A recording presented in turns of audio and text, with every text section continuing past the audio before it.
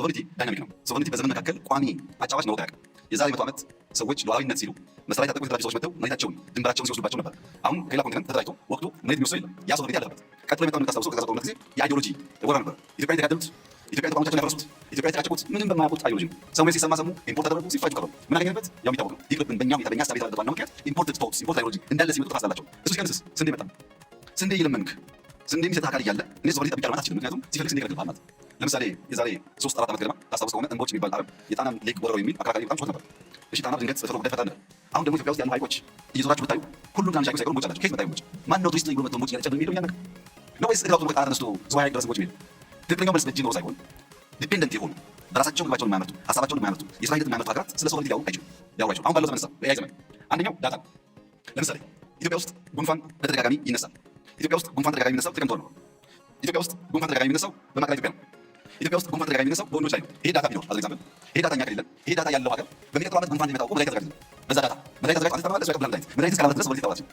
ዳታን መቆጣጠር ዳታን ከአንተ ፍቃድና ፍላጎት ውጭ ሌሎች አክሰስ እንዳያደርጉ ማድረግ ማለት ልክ ካሽ ሀብት ወይ የውሃ ሀብት የወርቅ ሀብት እንደመከላከል ማለት ነው። ሌትስ ሴይ አሁን ዳታውን በክላውድ ቅድም ዛሬ ሰራችሁ ገነባችሁ ደግሞ እናስብ።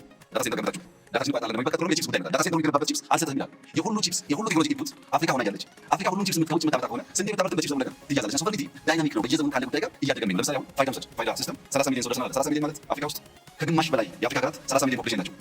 በአፍሪካ ሀገራት ውስጥ ሙሉ 100% ፖፑሌሽናቸው በፋይዳ አሳሰባ ማለት ነው። ፋይዳን ነው ላይ ተሰሩት ዛሬ ለዛምቢያ ማርኬት ለማቅረብ ለተለያዩ ሀገራት ለማቅረብ ድርድር ላይ ናቸው። ለምን ቴክኖሎጂ ውስጥ አደረገ። ቅድም ክቡር አቶ ቴዎድሮስ ምህረት ጋር ነበር የፍርድ ቤት ሰዓታቸውን ኦቶሜት አደረጉ። 2-3 የአፍሪካ ሀገራት መጥተው የነሱ ሲስተም መሳት ጥያቄ ያቀረቡ በሞባይል መኒ በቴሌብር በቅርቡ የኢትዮ ቴሌኮም ሲኦ ካሜሮን ነበሩ ታስታውሰው የኛ ሞባይል መኒ ይዛ ይሸጡ እየተነጋገሩ ነው ያሉት። በፋይዳ በፔሜንት ሲስተም መሶብ በርካታ ሀገሮች ይፈልጋሉ። ዋናው ምንድነው? አፍሪካ ውስጥ ጥቂት ሀገራት እኔም አንተም የምናውቃቸው ሀገራት ሲስተሞቻቸውን ከሌላ ለማለት ተጠቅመው እነዚያ ሀገራት ጋር ሰጣ ጋር ሲገቡ የፍርድ ቤት ሲስተም የተዘጋበት ሀገር አለ፣ የፔሜንት ሲስተም የተዘጋበት ሀገር አለ፣ የሜዲካል ሲስተም የተዘጋበት ሀገር አለ። ከውስጥ ስናመጣ ሲስተሙን በርቀት ይዘጉብንና እንቅስቃሴ ስለሚያግዙን አፍሪካ ውስጥ አቅም ካለ የአፍሪካን አቅም መጠቀም ይሻላል የሚል እሳቤ አሁን በጣም በርካታ ሀገራት ውስጥ የተፈጠረ ነው ያለው። ታዲያ ችግሩ ምንድን ነው?